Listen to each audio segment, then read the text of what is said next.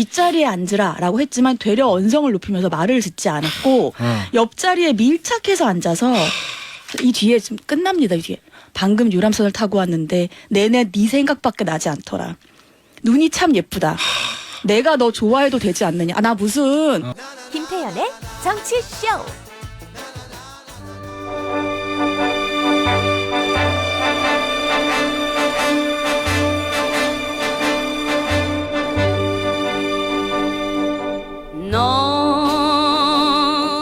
김태현의 정치쇼 최고의 시그니처 코너 탑 오브 탑탑탑 금요일 3, 4부 신삼변시대 시작합니다. 세 분의 오늘은 단규지 이름이 맨날 바뀌어. 단규지 세 분의 분을 모셨습니다. 단 안녕하세요. 부글부글 최단비 변호사입니다. 그리고 규 네, 안녕하세요. 둥글둥글 신인규 변호사입니다. 그리고 지. 네, 안녕하세요. 징글징글이라고 써있는 양지열입니다. 야, 예, 우리 양 변호사 얼마나 대단하시냐면 한마디도 안 나. 난 또 귀에 뭐 꽂고 있는 줄 알았어. 그러더니 딱 방송 온에어 마이크 딱 들어오기 전 1분 전에 나를 딱 보더니 내가 형 안녕 그랬더니 야 너는 성문이가 없어도 혼자 떠드는구나. 난 성문이가 없어가지고 조용할 줄 알고 이거를 안 꼈더니 야 너 혼자 5분을 떠드는구나. 제가 래퍼입니다 래퍼. 아, 혼자 떠들어요. 아니 보통 이제 이렇게 진행하시는 분들은 방송에 집중하기 위해서 쉴 때는 좀 쉬시잖아요. 쉴 때 더 시끄러워요. 아, 쉴 때 원래 이 광고 나갈 때 저 은밀한 얘기들도 하고 뭐 이런 거죠. 아, 그 은밀한 얘기를 혼자 하면 어떡해요. 아, 게스트는 조용히 있는데. 네. 아, 그러네. 아, 오늘은 세 분이 좀 조용히 계셨어. 자, 오늘은 저 신인규 변호사가 백 변호사를 대신해 나왔습니다. 오늘은 오늘 저희가 정치 얘기하려는 건 아니고 네. 사건 사고 얘긴데 어떻습니까? 우리 신삼변시대. 저는 탐납니까 그 자리? 저는 뭐 항상 탐이 나고요. 아. 그리고 이게 명품 방송에 이렇게 나오게 돼서 너무 참 감사하고. 야, 이 준비된 멘트 좋다. 네, 그리고 이거. 우리 백성문 변호사님이 또 홈런 타자세요. 그래서 저는 오늘 대타로 나왔기 때문에 네. 홈런은 못 치더라도 네. 안타나 볼넷 정도는 없어서 네. 나가야 되지 않을까. 홈런 타자가 맞습니까? 근데 그거 네. 4번 타자 아닙니까? 안타나 볼률이 좋다. 야구는 출루율이 중요하다. 네, 출루 정도는 해야 되지 않을까. 네, 그게 중요합니다. 자, 오늘 백 변호사 어디 갔느냐? 섬에 갔어요. 섬에. 그 섬에 자주 가. 그냥 유배를 시키면 안 돼요? 그러니까 걔는 왜 이렇게 섬에 자주 가는 거야? 그러니까요. 섬에 갔다라는 말씀을 드리면서 오늘 첫 번째 오야 제목부터가 뜨뜻합니다. 이게 제목이 핫한데 여당이래. 여자 유권자의 비아그라 건넨 전 시의원. 무슨 생각을 가진 계신 분일까? 담비는 소개 좀 해주세요. 네. 8회 전국 동시지방선거를 앞두고 한 시의원이 지역구 예비여성 유권자에게 이것을 건넨 의혹을 받아서 재판에 넘겨졌습니다. 이것이 뭐냐? 네. 방금 말씀하신 것처럼 발기부전제인 비아그라를 건넨 것인데 당시에 이 현직 순천시 의원이었어요. 근데 이 시의원이 전라남 도의회 의원으로 출마를 하기 위해서 지역구 유세를 하고 있었습니다. 근데 이 과정에서 이러한 일을 저지른 건데 어떻게 얘기를 했느냐? 남편이 비아그라를 주면 좋아할 테니 갖다 주겠다라고 말한 뒤 말만 해도 조금 심각한데 정말 다시 마을을 방문했어요. 약속을 지킨 겁니다. 다시 마을을 약속을 방문해. 지킨 정치인이야? 약속을 지킨 정치인이에요. 그래서 비아그라를 그 해당 여성에게 건넸고 일행들 앞에서 다른 마을에서 비아그라를 줬더니 좋아하더라. 그리고 전 이것도 이해가 안 가요. 양복을 입고 다니는 남성도 소개해 줄 수 있다. 이건 무슨 의미지? 모르겠어요. 양복을 입고 다니는 남성도 소개해 줄 수 있다라는 발언을 한 것으로 전해졌는데 하지만 이 시의원 같은 경우는 아니다. 이제 재판 과정에서 나는 그냥 식당에서 이런 얘기를 한 적은 있는데 나는 그 이후에 나갔고 실제로 비아그라를 건넨 사람은 나랑 같이 있었던 후배이기 때문에 본인은 아니다. 이렇게 부인을 한 것으로 알려져 있습니다. 순천의 고향이신 순천 명분가 자제분이신 양지열 변호사. 갑자기 이 사람 누군지 알아요? 어떻게 알아요? 저 순천시 떠난 지가 언젠데. 그래도 주민등록을 옮긴 게 20년이 넘었는데 30년이 넘었구나. 그래요? 그거 어쨌든 모른다 치고 네. 이거는 어떤 여기에 부적절함이 있다고 보세요? 일단 상대가 여성이었었고요. 뭐 그냥 쉽게 떠올릴 수 있는 것처럼 성적 비하라든가 이제 또 저는 뭐 비아그라도 비아그라지만 양복 입은 사람이라는 게 이제 좀 뭐 잘 나가는 사람 흔히 이런 식의 비유를 든 게 아닌가 싶어요. 그래서 그리고 이게 선거 과정이라고 치면 여성 유권자에게 여성이 원할 만한 걸 주는 게 아니라 또 남성이 원하는 걸 주면서 그러니까 그게 좋을 거라는 식으로 그러니까 뭔가 여성을 종속적인 관계로 전제를 한 다음에 얘기를 한 거잖아요. 그런 부분들이 다 하나도 빠짐없이 다 부적절했죠. 아니에요. 왜요? 뭘 부르자는 거야? 뭐 제가 그렇게 틀렸어요? 아니 그게 아니라 무슨 질문을 할지 너무 뻔한 표정으로 날 바라봐. 아, 자 이거 재연극입니다. 네. 제가 선거 나왔어요. 저 동네 다니다가 이제 띠 물고 여성 유권자를 만났어요. 기호 몇 번? 김땡땡입니다.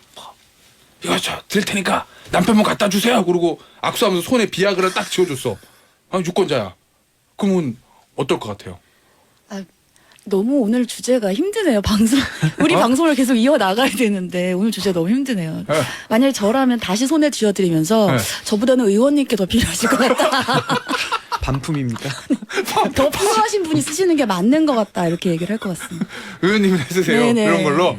오, 야, 이거 우무현답인데? 어? 근데 실제로 이 여자분은 어땠다는 거예요, 당시에? 진술한 게 있죠. 이 여자분 같은 경우에는 이제 처음에는 이 남성이 뭐라 그랬냐면 인터뷰에서 해당 발언을 한 사실은 맞다. 근데 같이 있었던 일행 모두가 성적 수치심을 느끼지는 않았다 이렇게 밝혔어요. 네. 하지만 이 여성분 같은 경우에는 아니다. 나는 이 성희롱 발언을 들으면서 심각한 성적 수치심을 느꼈다 이렇게 밝혔습니다. 심각한 성적 지금 느꼈다. 좀 아니 저는 남편에 갖다 줘라도 기분 나쁘지만 이 양복을 입고 다니는 남성도 소개해 줬을 때 저는 이 말이 너무 기분 나쁜 것 같아요. 난 이게 무슨 의도인지조차가 잘 모르겠어. 그러니까 나는 양복 입은 남성도 못 만날 것 같다는 얘긴가? 너무 기분 아까 나쁘지 얘기 않나요? 제가 드린 것처럼 뭐 잘 나가는 사람 흔히 말해서 좀 높은 자리에 있는 사람 뭐 좀 만나게 해줄 수 있다 이런 정도의 의미 같은데 근데 남편이 있다 그래서 비아그라를 준다 그러면서 또 다른 남자 소개시켜준다는 뭐 건 하는 거야? 완전히 여성을 정말 어떤 성적인 대상으로 얘기한 것밖에 안 되지 않나 싶어요. 자, 근데 이 사람이 순천시 시의원 있잖아요. 네. 신변. 이 사람은 뭐 때문에 지금 재판받는 거예요? 근데 이게 뭐 성희롱 이런 건 아닌 거죠? 그렇죠. 그러니까 실정법 위반의 소지도 있는 건데, 그러니까 전 이분이 어쨌든 현직의 지금 시의원이잖아요. 그러니까 참 공직을 하고 계시는 분이 이제 또 다시 재출마해서 나가는 것인데, 이 선거 과정에서 이런 좀 기부 물품을 이렇게 주면 안 되도록 지금 선거법이 돼 있는데 이런 걸로 그 선거법 위반 소지도 있지만은 또 그 대상 물품 자체가 이런 약품을 갖다가 했다는 것도 참 매우 좀 쇼킹한 거 아니냐. 그러니까 이렇게 보고 있어요. 선거법 그런 거네. 유권자한테 돈 봉투 주는 거랑 비슷하다는 그렇죠. 거예요. 뭐 돈이나 뭐 떡이나 뭐 하여튼 먹을 거나 이런 걸 하여튼 주는 거에 대해서 좀 금지를 하고 있는데. 이것도 뭐 재물의 가치는 있으니까. 그렇죠. 예. 그러니까 그걸 줬다는 것도 그렇고 이게 또 뭐 관련 법률들이 또 약이잖아요. 그러니까 또 관련 법률들도 위반도 소지가 있기 때문에 약사법. 처방 이게 필요하잖아요. 네, 이게 처방전 없이 비아그라를 구매해서 준 거예요. 그럼 저는 의심스러워요. 진짜 비아그라가 아닐 거예요. 뭐 가짜일 수도 있지. 왜냐하면 처방전 없이 구입할 수가 없잖아요. 이게 의약품인데 그럼 이게 이제 시중에 떠돌아다니는 진짜가 아닌 가품. 그런 게 아닐까라는 의심을 살짝 했습니다. 좀 보면서. 그럴 수 있겠네. 그러면은 몸에도 안 좋아요. 잘못 먹으면. 뭐 비타민 같은 거일 수도 있고 뭐 속일 수 있잖아요. 그렇구나. 알겠습니다. 자, 요 얘기 더 하면은 방송 사고날 수 있기 때문에 저희가 쉬는 시간에 하는 것으로 하겠습니다. 쉬는 시간 하는 거로 가름하고 여기서 담변이 눈이 초롱초롱한 게 뭔가 할 얘기 있는 것 같은데 없습니다. 더 나가면 안 될 것 같아. 여기서 정리. 다음 주제는 요거 박명록 어머님 장례식에서 박명록 분쟁이 있어서 남매가 소송을 벌였다. 자, 징변이 좀 소개 좀 해주세요, 이 사건. 참 생각하기에 이런 일로도 소송이 가능할까 싶으실 것 같은데 무슨 일이 있었냐면 2019년도에 어머님이 이제 세상을 떠나신 거예요.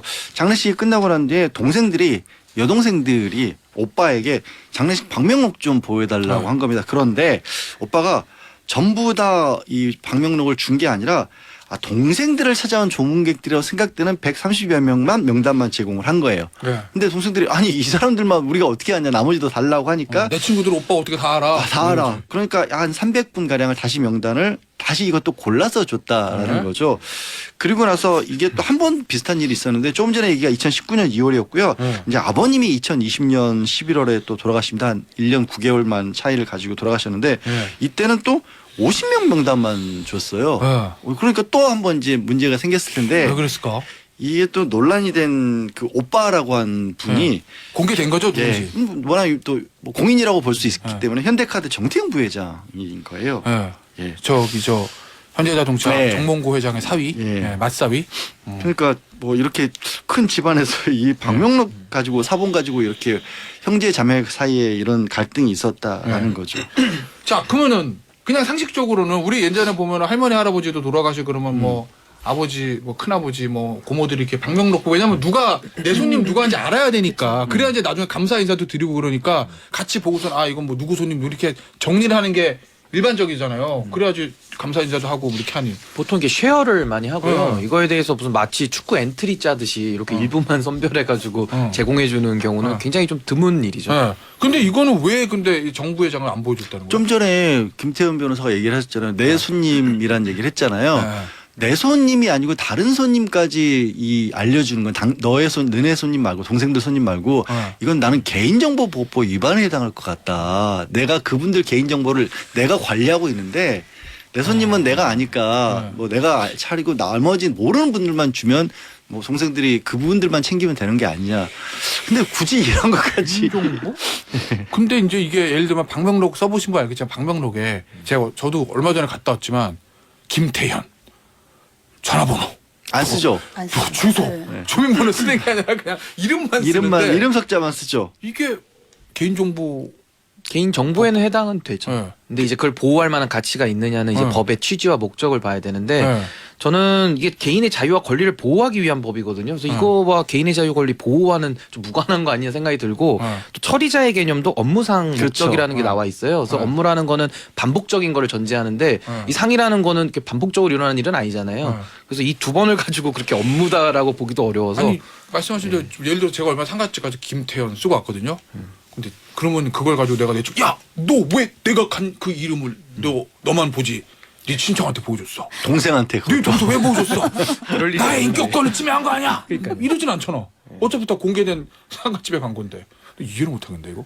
요즘은 만약에- 개인정보보호법에 대해서 많이들 좀 민감하시다 보니까 그래서 이런 논리를 좀 쓰신 게 아니냐. 그리고 만약에 그게 비밀이라든지 개인정보라서 공개가 안 된다고 하면 펼쳐져 있으면 안 되잖아요. 근데 거기 가면 그냥 펼쳐져 있어. 마음대로 앞에도 볼 수 있잖아요. 누구 왔나. 내 친구 왔다 갔네. 막 그래서 그러고. 별로 그것은 그리고 다른 사람 이름도 내가 대신 써주잖아요. 김태현 돈 가져가면 김태현 이렇게 쓰잖아요. 맞아.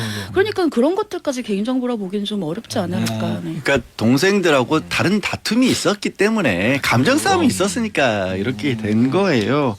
사실 보면 이제 정부회장 같은 경우 2020년 9월에도 동생들한테 어머니 상속 재산 중에서 2억 원 돌려달라 10억 원 전체를 받았는데 근데 이 제가 알기로는 이 정부회장 집안도 예. 원래 좀 유명한 집 다 뭐. 그 종로학원. 그쵸. 종로학원 아버님이 설립자- 이제 종로학원에서 지금 말씀드리고 있는 정부회장이 종로학원도 아버님한테 물려받았어요. 그리고 본인이 금융회사에서 퇴직하면서 이 퇴직금이 100억 원이 넘었거든요.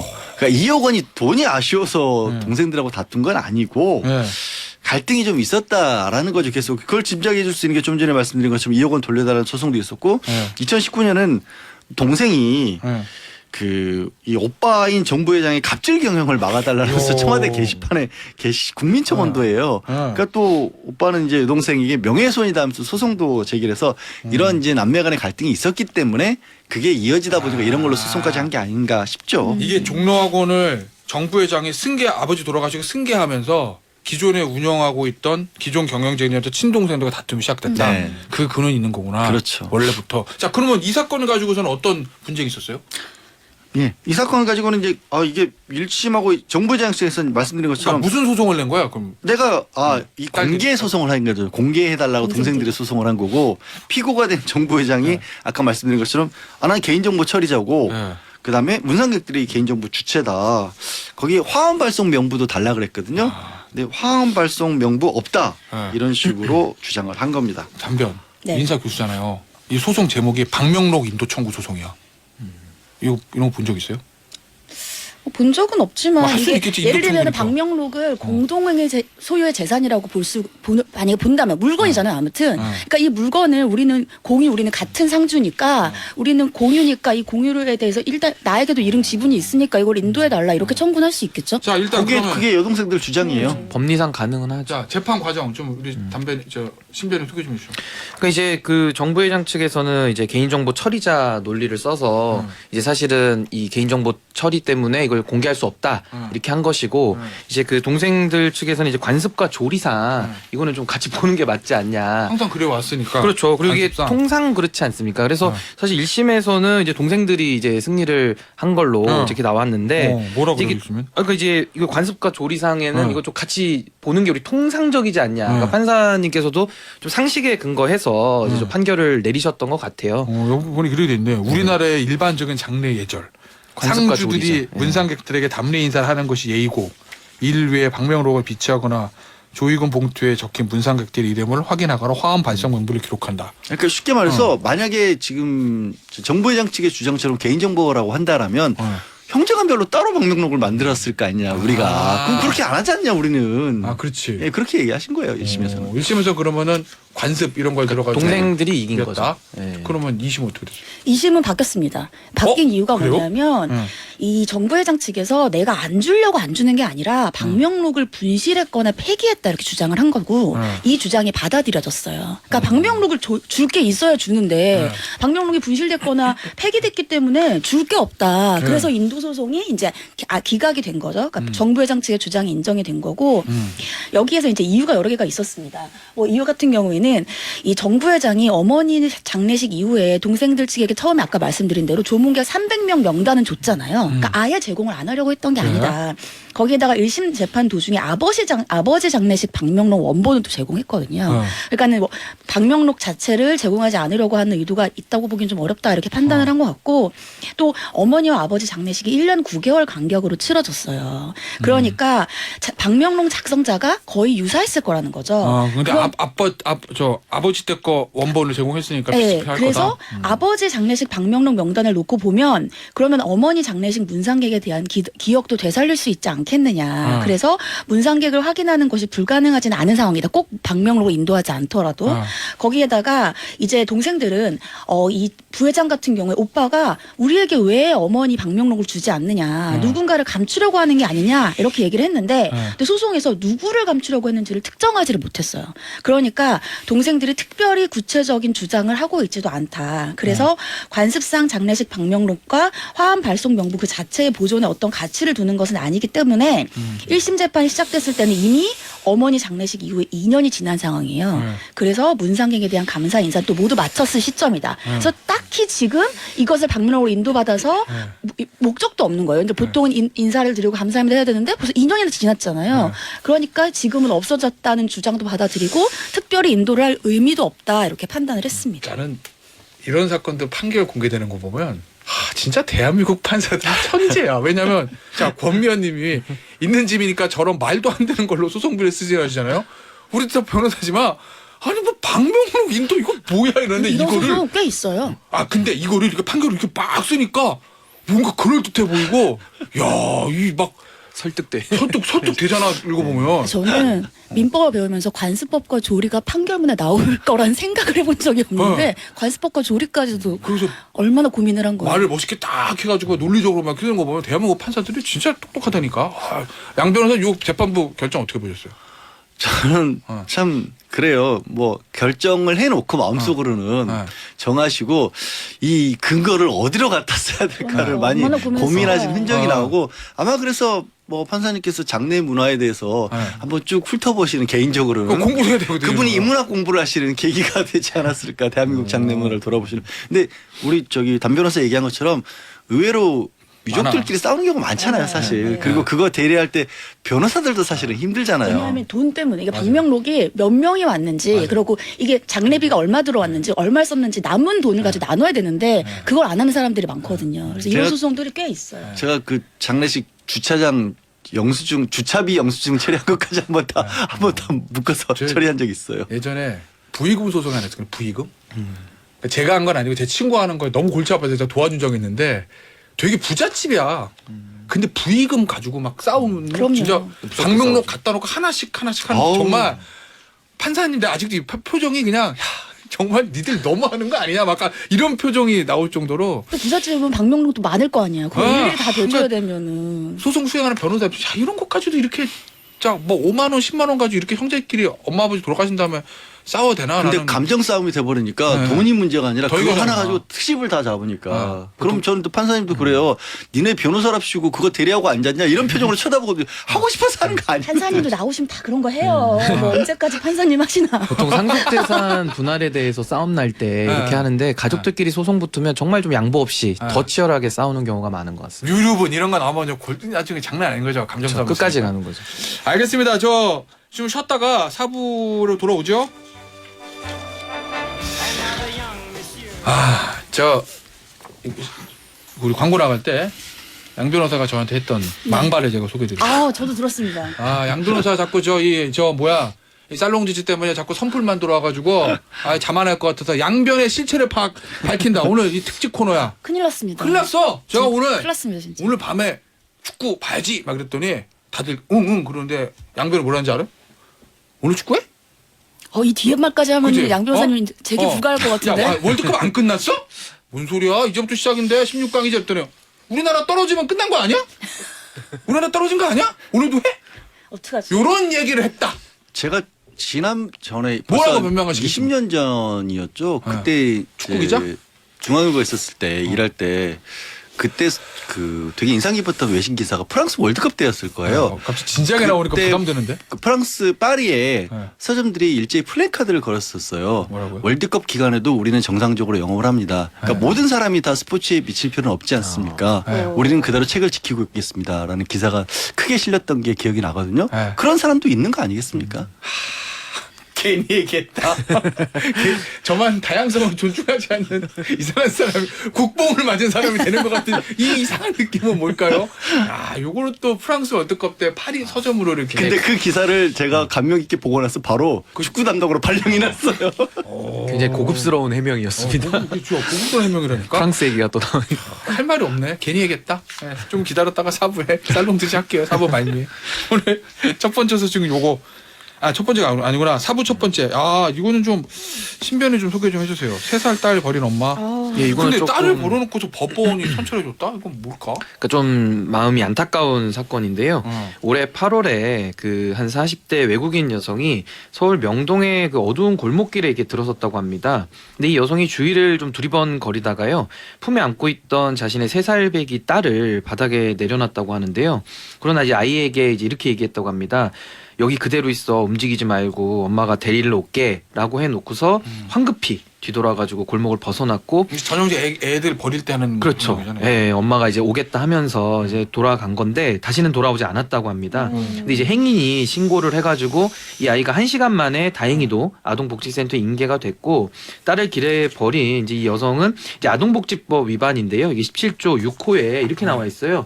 자신의 보호 감독을 받는 아동을 유기하거나 의식주를 포함한 기본적 보호, 양육, 치료 및 교육을 소홀히 하는 방임 행위를 했다는 혐의로 이제 재판에 넘겨진 사안입니다. 자, 이거는 뭐 아동복지법 위반 유죄인 거는 빼도 박도 못하는 거고 결국 이제 양형인데. 그렇죠. 이 여성에게 어떤 나름의 사정은 있었을 거 아니에요. 근데 이제 사정은 굉장히 좀 딱한 사정은 있었는데요. 이제 재판부가 한 2개월 동안 이 사건을 좀 집중적으로 심리를 좀 했습니다. 근데 이분이 한국어를 잘 구사하지 못하기 때문에 이제 통역인도 붙였고요. 그렇겠죠. 또 별도의 조사관까지 보내가지고 자세히 살펴봤는데요. 이분은 이제 사실혼 배우자가 이제 2019년도에 출산 직후부터 이제 도박에 돈을 좀 탕진을 했다고 하면서 또 생활비를 안 줬다고 합니다. 그러면서 애는 알아서 키워라 이러면서 모녀를 방임한 사건이고요. 또 상습적으로 폭행까지 했다고 합니다. 이제 소득이 없다 보니까 이 여성분이 이제 가족의 도움으로 이제 아이를 힘들게 이제 키워오고 있었는데 또 그 올해 4월에는 또 부친이 뇌출혈까지 일으키면서 경제적 도움까지 중단이 됐습니다. 그러다 보니까 이제 어린이집에 보내야 되는데 여의치 않아서 이제 딸을 또 유기하게 된 겁니다. 이게 원래 뭐 사정 없는 사람은 없는데 또 각자 그 사람의 입장에 안 돼보면 뭐 참 이해가 안 가는 뭐 그런 측면들도 있죠. 사건들이라는 게. 담배는 어떻게 보세요?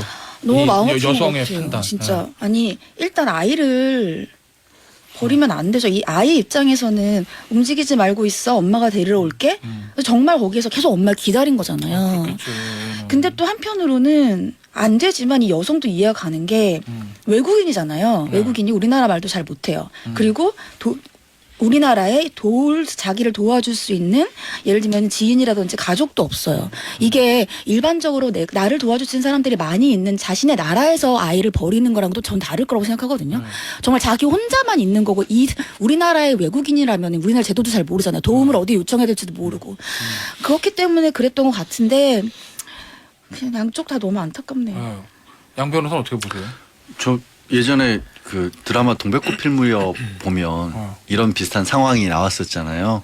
동백이라는 그 아이가 사람 안 이름 봤어요, 동백꽃. 네, 사람 이름인데 아마 시대적 배경은 70년대였던 것 같아요. 그때는 이제 보육원에 아이를 엄마가 곧 데리러 올게 하면서 사실상 버리고 갔던 그런 얘기가 나오는데 주인공이 그런 사정이 있는 여성으로 나오는데 지금 2022년인데 한국에서 아직도 그런 일이 외국인 여성이라고 하지만 이게 뭐 데려갈 만한 의지할 데가 없었다라는 게 아직도 좀 돌봐야 될 곳들은 많이 있다라는 걸 반증하는 게 아닌가 싶네요. 0266님 아무리 사연이 있어도 예쁜 아기를 버리다니 죽어도 같이 죽어야죠 살아도 같이 살아야지 해야지 뭐 사정이 딱하긴 하지만 어쨌든 엄마가 아이를 버린 거에 대해 잘못한 거죠. 잘못한 분명히. 거는 잘못한 맞는 건 거예요. 맞죠. 뭐 그런 우리 저 청취자분의 반응이 좀 많고 다만 그럼 재판부에서 요거는 이제 2개월간의 심리 끝에 무조건 잘못한 건 맞아 유죄야. 네. 근데 뭐 사정은 딱해. 결국 양형인 건데 이거 어떻게 판단했어요? 근데 일단 이게 중죄에 해당합니다. 이게 처벌 조항 보면 5년 이하의 징역에 해당하는 이제 상당히 이제 중죄에 처할 수 있는 건데 사실 가족이 아예 없지는 않았던 것 같아요. 이제 친아버지가 있다가 뇌출혈도 있었고 또 친언니도 있었던 거는 같습니다. 외국인이긴 하지만은. 근데 이제 재판부는요 야간에 만 3세 된 피해 아동을 골목길에 내버려두고 간 것은 비난받아 마땅하다라고 그렇죠. 좀 꾸짖었고요. 사안 자체는 엄정한데 또 피고인이 강제 퇴거가 돼가지고 피해 아동하고 떨어져 지내게 되면은 또 그건 부당하지 않겠습니까? 아이를 돌볼 수 없기 때문에 그래서 이제 또 금고 이상 형을 받으면은 출입국 관리법에 따라서 이제 외국인이니까 또 강제 퇴거 대상이 되니까 또 거기다가 또 친언니가 양육을 또 돕겠다고 이렇게 또 얘기도 했고 네. 또 당시에 이 여성의 상태가 또 정상적이지 않았다라고 재판부가 판단을 해서 좀 선처를 해서 벌금 500만 원으로 이렇게 좀 선처를 해준 걸로 갔습니다. 벌금 500만 원. 네. 이 여성분이 구속 기소됐다라는 거죠. 보니까. 네, 맞습니다. 네. 그러니까 여러 가지 사정을 고려해서 벌금 500만 원에 처했고 그러니까 14단계에서는 검사가 영장을 치고 영장을 발부돼서 그렇죠. 구속된 거예요. 그러니까 이 원래는 구속 기소됐다가 이 벌금형이 선고되면서 풀려난 건데 네. 아동학대 치료 프로그램은 일단 이수하도록은 했어요. 네. 아동학대 해당했으니까. 하지만 취업 제한을 원래 같이 하는데 아동과 관련되어서 학대를 하면 네. 취업 제한은 면제했습니다. 왜냐하면 이 아이를 키우려면 이 엄마도 취업을 해야 될 거 아니에요. 그러니까 법원에서 그런 사정을 고려해서 취업 제한은 면제를 했고요. 검사도 원래는 이렇게 해서 검사가 3년 구형했었는데 이렇게 벌금이 나온다. 구속 기소 있는 걸 벌금 그렇죠. 무조건 항소. 그럼 무조건 항소하잖아요. 근데 검사도 항소하지 않았습니다. 그래서 판결 그대로 확정됐고 이 여성은 다시 딸과 함께 살 수 있게 됐다. 이렇게 알려져 있습니다. 이게 사실은 글쎄 모르겠어요. 만약 국내 여성이었으면은 더 판결 어땠을까? 여지가 좀 줄어들었겠죠 네. 많이. 이게 아마 국내 여성이었으면은 그래도 아무리 잘 줘도 집행유예일 건데 왜냐면 5년이야 3년 구형짜리니까. 근데 여기 이제 왜냐면 근거- 집행유예 해도 애랑 살 수는 있거든 같이. 근데 이 여성은 외국인이라서 강제 퇴거를 당하는 그러니까 외국으로 상황이죠. 나가요. 네, 집행유예 나오면. 네. 저는 그런 것도- 이 문자 보내신 분들 말씀들이 적극적으로 찬성이 돼요. 저도요. 네. 아버지 해주세요. 처벌했으면 좋겠어요. 사건의 시작은 남편분인데 이영희 씨, 유승민 님도 그 상황 만드는데 아버지는 처벌의 대상이 되지 않는다는 게 더 화가 나네요. 그러니까 이게 사실 아빠가 버리고 가가지고 애를 나눴고 버리고 가서 문제가 시작이 된 건데 진짜 아버지에 대한 근데 처벌이 이제 없는 아버지의 경우는 이제 사실혼 관계였기 때문에 이게 또 네. 법적으로는 이제 혼외자잖아요. 그러니까 또 이제 그렇지. 인지 청구나 이런 게 또 들어가서 법적으로 또 인정을 받아야 되는 부분도 있고. 거. 그래서 이제 인지를 안 양육 했겠지 또 자기가. 그렇죠. 근데 그렇게 인지 청구를 또 할 수도 있는데 그럴 때 이제 양육비 같은 것도 청구를 네. 또 할 권리는 있는데요. 그럴 리가 있겠어요. 예, 지금 근데 도박해갖고 아직 뭐- 돈을 다 탕진했다는. 또 탕진했다고 하니까 또 쉽지는 않을 것 같습니다. 그러니까 앞으로 어떻게 키울지도 좀 걱정이 되네요. 알겠습니다. 여긴 여기서 마무리하고 오늘 마지막 소식은 야 오늘 왜 이래? 마지막 단변. 이걸 또 담배한테 시켜요? 그렇지. 잘 맞네. 잘 맞아. 부글부글. 자 시동 걸고 여자 가이드한테 추태부를 완죽은 이장들. 네. 복수입니다. 한 사람이 아니야. 지난 11월 15일부터 17일까지 전북 왕주군의 이장 46명이 네. 제주도로 이 연수 이름도 멋집니다. 지역 핵심 리더 정책 연수를 떠났어요. 지역 핵심 리더 정책 연수를 떠났는데 네. 이 나라장터 입찰을 거쳐서 연수 프로그램을 딴 위탁 교육 서비스 업체가 있었어요. 네. 이 위탁 교육 서비스 업체가 한 여성을 현장 가이드로 임시 채용을 해서 이 정책 연수의 안내를 맡겼습니다. 네. 근데 이 과정에서 이장 한두 명이 연수 첫날부터 여성 가이드에게 추태를 부리기 시작한 것으로 이제 알려졌는데 네. 어떻게 추태를 부렸느냐? 일정을 소화하는 내내 이장들이 오늘 저녁에 숙소에서 술 한잔 하자. 안 건드릴 테니 숙소에서 술 한잔 하자. 아니 뭐야? 추하다 너 진짜. 말 그대로 추태 아니야? 안 건드릴 테니 또 뭐야? 숙소에서 술 한잔 하자라고 권했다는 게 가이드의 네. 주장입니다. 자 근데 그럼 이 2박 3일 동안 연수경 같이 다녔을 거 아니에요. 2박 3일 첫날부터 이랬으면 3일 내내 계속 이랬다는 거예요? 그 추태? 네, 그러니까 연수 3일차의 관광버스 안에서는 여성이 가이드석으로 지정돼 원래 가이드들은 버스 맨 앞자리에 앉잖아요. 그래서 맨 앞자리에 앉았는데 그 옆자리에 오전부터 A 이장이 앉아 있었는데 그냥 오전부터 앉아서도 화나는데 네. 또 술을 마신 채로 옆자리에 주구장창 앉아 있는 거예요. 오전에? 오전부터. 그리고서 주변에서 또 술 마시고 앉아있는 사람은 A 이장이었어요. 이 사람 하나만 있는 게 아니에요. 또 주변에서 B 이장에게는 뒷자리에 앉으라라고 했지만 되려 언성을 높이면서 말을 듣지 않았고 옆자리에 밀착해서 앉아서 이 뒤에 좀 끝납니다. 이 뒤에. 방금 유람선을 타고 왔는데 내내 네 생각밖에 나지 않더라. 눈이 참 예쁘다. 내가 너 좋아해도 되지 않느냐. 나 무슨 2탄인 줄 알았어. 뭐? 그거 몰라요? 뭐요? 너만 보인단 말이야. 아, 이거. 2탄 저 상속자들의 2탄. 아니 여기서 어떻게 그런 비유를 해요? 아니 그게 아니라 이런 옛날 구준표. 아니 그게 아니라 누가 이런 말을 해요. 웬만한 자신감 있지 않으면 내가 너 좋아해도 되지 않느냐. 안 된다고. 좋아하지 말라고요. 아, 이런 드립은 내가 너 좋아해도 되지 않 이건 2탄만 할 수 있는 거 아닌가요? 구준표 2탄 1라인만 되는 거니까? 네. 우리 같은 사람도 안 되는 거지. 상속받은 사람들만 있는 거지. 김탄. 아 김탄인가요? 김탄. 죄송합니다. 예, 김탄. 김탄이래요. 네. 김탄 씨만 김탄하고. 할 수 있는 거 아니냐고요. 아, 그렇게 얘기하면 차별이잖아요, 담 변호사님. 오빠도 하면 안 돼요. 우리 같은 양변호도 사람 안 안 된다는 돼요. 거지? 안 돼. 큰일 나. 야, 김탄이나 구준표만 한다. 그러면서 이거요? 이장이 자기 팔로 가이드 신체 일부를 스치고 슬쩍슬쩍 접촉까지 했답니다. 핵심 리더 정책 연수에서. 핵심 지역, 핵심 리더. 자, 근데 이거 말리는 사람 없었다는 거야? 이 슈터를? 아니 이제 완주군 왜냐면 공무원에게도 마흔 몇 명이 가면 그래도 그만해 하지 마라는 사람 분명히 있을 수 그렇죠. 있잖아. 그래서 이제 이 여성분이 참다가 공무원한테 얘기를 했어요. 이 완주군 공무원한테 저 이장님들이 너무 좀 그렇다 이렇게 얘기를 했는데 이 공무원의 또 답변도 예사롭지 않습니다. 나 기대된다. 지금 공무원이 SM 밖에서 머리를 쥐어짜고 있어. 가이드 여성 가이드가 이렇게 얘기했대요. 시골 아저씨들이니까 이해 좀 해달라. 이게 무슨 얘기입니까? 시골 아저씨는 그럼 도시 아저씨는 처벌받고 시골 아저씨는 처벌 안 받냐고요. 그러면서 가이드는 보는 즉시 제지하고 분리했어야 했는데 공무원이 그러지 않았다. 당시 더한 상황이 벌어질까. 왜냐면 자기 빼고는 다 같은 편이라고 생각할 거 아니에요. 그러면. 그러니까 두려움에 떨면서 그대로 몸이 굳어버렸다. 이렇게 얘기를 했고 결국 가이드가 지난 22일에 B 이장을 성추행 혐의로 경찰에 고소를 했는데 B 이장은 이 완주군을 통해서 술을 마시고 실수를 한 것 같은데 깊이 반성하고 있다. 당사자를 만나서 정중하게 사과하고 싶다. 이러한 입장을 전했다고 합니다. 시골 아저씨는 이해해달라. 이 말 어떻게 봐요? 오늘 너무 비유가 많네요. 양복 입은 남자, 시골 아저씨. 양복 입은 시골 아저씨는 양복이 시골 아저씨야. 양변, 요거 시골 아저씨는 이해해달라는 거 멘트 어떻게 봐야 돼? 근데 뭐 이런 시골 아저씨를 폄하하는 얘기가 될 수도 있고 농촌 지역 분들을 더군다나 이제 공무원부는 글쎄 이게 저도 보면서 한 1960년대 요 과거를 또 폄하하는 게 되는 걸까요? 그러니까 뭔가 여성에 대한 인식 자체가 아까 이제 그 시의원도 마찬가지지만 굉장히 지금 세대로서는 받아들이기 어려운 정도 한 뭐 저 이전 세대 그때도 비난 받아야 됐겠지만 그 수준에 머물러 있는 사람들이 아직도 있다라고 공무원이 주장을 한 거고 그걸 또 이해해 달라고 한 거잖아요. 그러니까 변화하는 세대가 너무 빠르기 때문에 뭔가 우리가 뭐 요즘에 그런 얘기 하잖아요. 뭐 저 자동 판매기 이런 것들 어른들 못 쓰는 거 이해해 달라 이런 얘기 하는데 그것과는 사안이 다른 문제거든요. 빨리 바뀌고 빨리 잘못을 인정하는 쪽으로 가야 되는데 아직도 여기 머물러 있는 분들이 계신 게 현실인가 봐요. 그게 좀 안타깝죠. 우리 화가 신변 나고. 이거 어떻게 생각해요? 저는 여기서 제일 놀랍다기보다 공무원이 원래 같으면은 가서 이장 이거 이러시면 안 된 이렇게 해야 되는데 그냥 이장들을 두둔하고 이해하고 넘어가라고 가이드한테 오히려 그렇게 얘기한 거잖아요. 이 공무원 왜 그랬을까?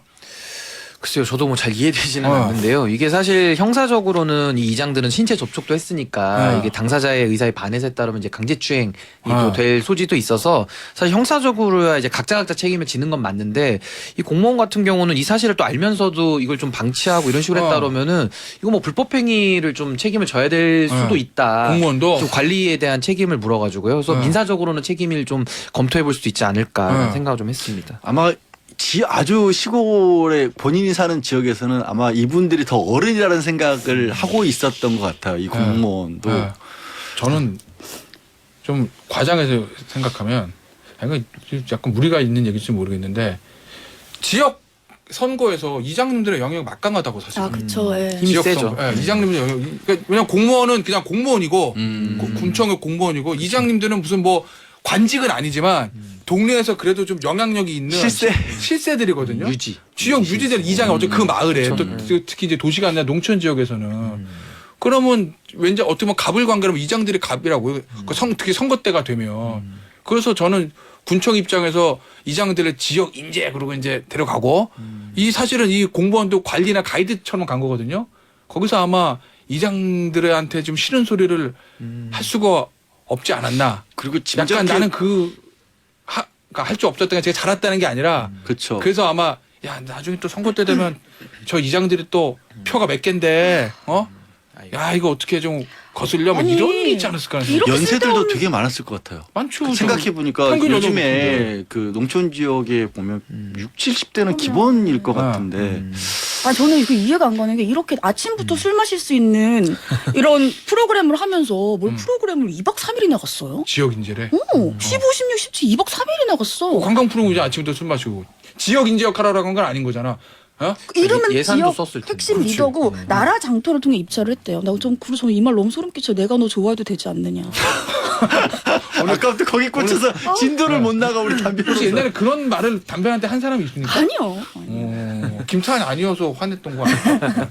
어쨌든 이게 나라장터에서 입찰하고 지역 인재 프로그램 하면 나라 돈이 좀 들어간 거 나라장터가 이제 조달청에서 하는 그럼요. 시스템이니까. 근데 아침부터 술을 드셨다. 그렇게 할 거면 1박 2일만 가시지. 어. 뭐 2박 3일이나 가셨어. 그래서 저는 그 뭐- 제주도로 가셨다. 좋은 곳으로 가셨네. 알겠습니다. 자 오늘 요거 마무리하고 나 이거 읽어야 돼 문자. 아니, 읽지 마요. 읽겠습니다. 우리 SM이 읽으라면 전 읽어요. 박유한 양변의 그 축구 망발에 대해 저희가 비판했던 거에 대한 우리 청취자분들의 반응입니다. 내가 봤을 때는 이상한 팬덤이 있어 저 형은. 박유한님 오늘 말고 내일 하죠 0시. 그래서 우리 양변께서 그런 말 하시는 거 아닐까요? 12시라서 애매모호합니다. 이인임님 맞아요. 개인의 취향은 있는 거죠. 왜 그런 목소리를 읽어요, 근데? 안 돼? 조민지님 이길 수 없다 테디. 이민아님 테디 본점도 못 뽑으셨어요 유유하고. 아니, 저 위에 글 쓴 거 보세요. SM이 글 쓴 거 좀 보세요. 어. 아무도 양변님 비판하는 분은 없었다. 왜 자기가 우리한테 이런 걸 보내냐고. 이상한 팬덤이 있다니까 저 형은. 야, 내가 만약에 나랑 백이 나와가지고 아니 뭐 축구 끝난 거 아니야? 뭐 2차전 했으면 끝났지. 집에 와 이랬으면 난리 났을 거야 아마. 큰일 났죠, 지금. 내일 그치? 하차 하라고 지금. 너는 오늘 집에 가서 국뽕 좀 맞고 와라 이러고 좀 난리 났을 거야. 이제 저 형이 그러니까 내일 0시기 때문에 뭐 그런 거라는. 양변이 이렇게 오늘 신 변호사 처음 와서 모르겠지만 양변이 이런 팬덤인 이유가 있습니다. 왜? 살롱드지. 요것 때문에 그러지. Plusieurs choses à la fois, en fait, ce sont plusieurs interfaces qui rentrent en compétition pour vous capter du temps, alors même que vous êtes en train de faire autre chose. Et donc ça, c'est très fatigant. 농염하게 퍼지는 인문학의 향기. Salon de J. En 99, on nous disait toujours, quand il a été possible de faire des alertes. 자, 오늘의 살롱드지를 소개해 주실 펠리시앙 롭스라는 19세기 벨기에 화가의 그림이고요. 성 앙투안의 유혹, 안토니우스의 유혹이라는 그런 제목이기도 한데 안토니우스. 이 그림을 놓고는 최초로 제가 작가님하고 모자이크 처리를 해야 되나 말아야 되나라고 고민을 했어요. 근데 펠리시앙 롭스라는 명화니까 뭐. 명화니까 펠리시앙 롭스라는 화가의 그림들이 다 이런 분위기여서 다른 그림을 찾아볼까 했더니 그나마 이게 제일 양호한 그림이더라고요. 다른 건 차마 아예 꺼낼 수도 없고 좀 선정적이거나 좀 그로테스크한 걸 싫어하는 분들은 찾아보지도 마세요. 왜냐하면 이 성 안토니오의 유혹이라는 소재 자체는 그러니까 3세기 정도에 그때 당시에 이제 기독교 초기에 성경에 나오는 예수의 얘기를 듣고 정말로 그 예수의 말을 따라 자기 전 재산을 버리고 수도를 했던 굉장히 기독교 역사상 중요한 성인입니다. 그래서 이 사람을 소재로 해서 많은 그림들이 그려졌는데, 그러니까 원래 얘기는 그런 거예요. 이 사람이 수도를 하고 있을 때 악마가 다양한 모습으로 나타나서 이 사람을 괴롭혔다라는 얘기가 나오거든요. 그런데도 불구하고 굴하지 않았다. 뭐 부처님에게도 나오는 얘기고, 뭐 예수님도 할 때 그런 얘기가 나오잖아요. 그런 기독교적으로 굉장히 중요한 인물인데 한 번도 이제 거기에 실제로 여성이 나타나서 유혹을 했다 이런 얘기는 없어요. 근데 이제 이 펠리시앙 롭스라는 화가는 지금 그림을 보시면 십자가에서 예수님을 몰아내고 여성이 십자가를 차지한 거예요. 전신 있는 사람이 빌리 안토니죠. 그러니까 네, 이 뭐냐면 여성을 악마로 대체시켜 버린 겁니다. 그래서 어떤 여성에 대한 성적 비하라든가 혐오 같은 것들이 극도로 좀 표현이 된 그런 작품이고요. 이런 작품을 그리게 된 시대상이 있습니다. 이게 19세기 후반이 여성의 참정권이 보장이 처음으로 되기 시작하던 시점이었던 거예요. 그래서 여성들이 그렇게 사회의 전면에 나서는 것에 대해서 그 시대적으로 여성 혐오 같은 것들이 좀 극에 달했던 시대적 배경을 가지고 있어요. 아까 말씀드린 것처럼 심지어 이 사람이 그린 다른 그림 같은 데는 창녀로 묘사가 되고 있고 그래요? 그래서 이 사람들이 세상을 짓밟고 있다. 근데 아무런 논리적 근거도 없이 그렇게 나온 거 아니겠습니까? 뭐 하는 사람이야 이 사람? 화가라니까요. 그러니까 인식이 사실 조금 그렇죠. 근데 어떤 논리적 근거도 없이 그렇게 됐어요. 여성에 대해서 성적인 시상, 뭐 비하적인 어떤 입장에서 그렇게 그림을 그린 거고요. 그래서 딱 오늘 뭐 좀 전에 얘기했던 이장님들도 그렇고 이건 19세기라고 하지만 아까 뭐 시의원도 그렇고 여전히 그런 인식을 가지고 있다라는 게 놀라워서 이 과거의 그림을 꺼내 들기도 했고요. 또 제가 이제 하필이면 또 순천시 시의원이어서 어쩐지 불길한 예감이 좀 들더라고요. 순천 유지 집안의 네. 아들로서. 그래서 잘 안 보는데 기사의 댓글을 봤는데 너무 많은 기사의 댓글들이 지역을 비하하고 있어요. 그래서 호남 지역이니까 그렇다. 그 저쪽은 원래 이렇다 하더라. 저는 뭐 정치라고 하는 게 서로 입장이 다른 거 있고 서로 비판하기도 하고 또 날카롭게 감정 싸움을 하는 것도 필요하다고 생각하는 사람이지만 그게 혐오로 치우쳐서는 절대 안 된다고 보는 입장이거든요. 혐오가 돼버리면 갈등은 풀 수가 없습니다. 그런 걸 조장하는 목소리는 절대 아무런 근거 없다는 거 귀를 기울이지 않으셨으면 듣지도 않고 말하지도 않았으면 하는 바람에서 옛날에 이런 일이 있었는데 이제는 이런 그림 안 그려졌으면 좋겠다는 바람에서 가져왔습니다. 양 변호사의 여성 팬덤이 늘어나는 소리가 막 들려 지금 막 팬덤이 늘어나는 소리가 막 와구와구 들리지 않아요? 오늘 살롱 드지 여기서 마무리하고 신삼번 시대 오늘은 단규지 세 분의 변호사였습니다. 여기서 인사드릴게요. 감사합니다. 감사합니다. 감사합니다.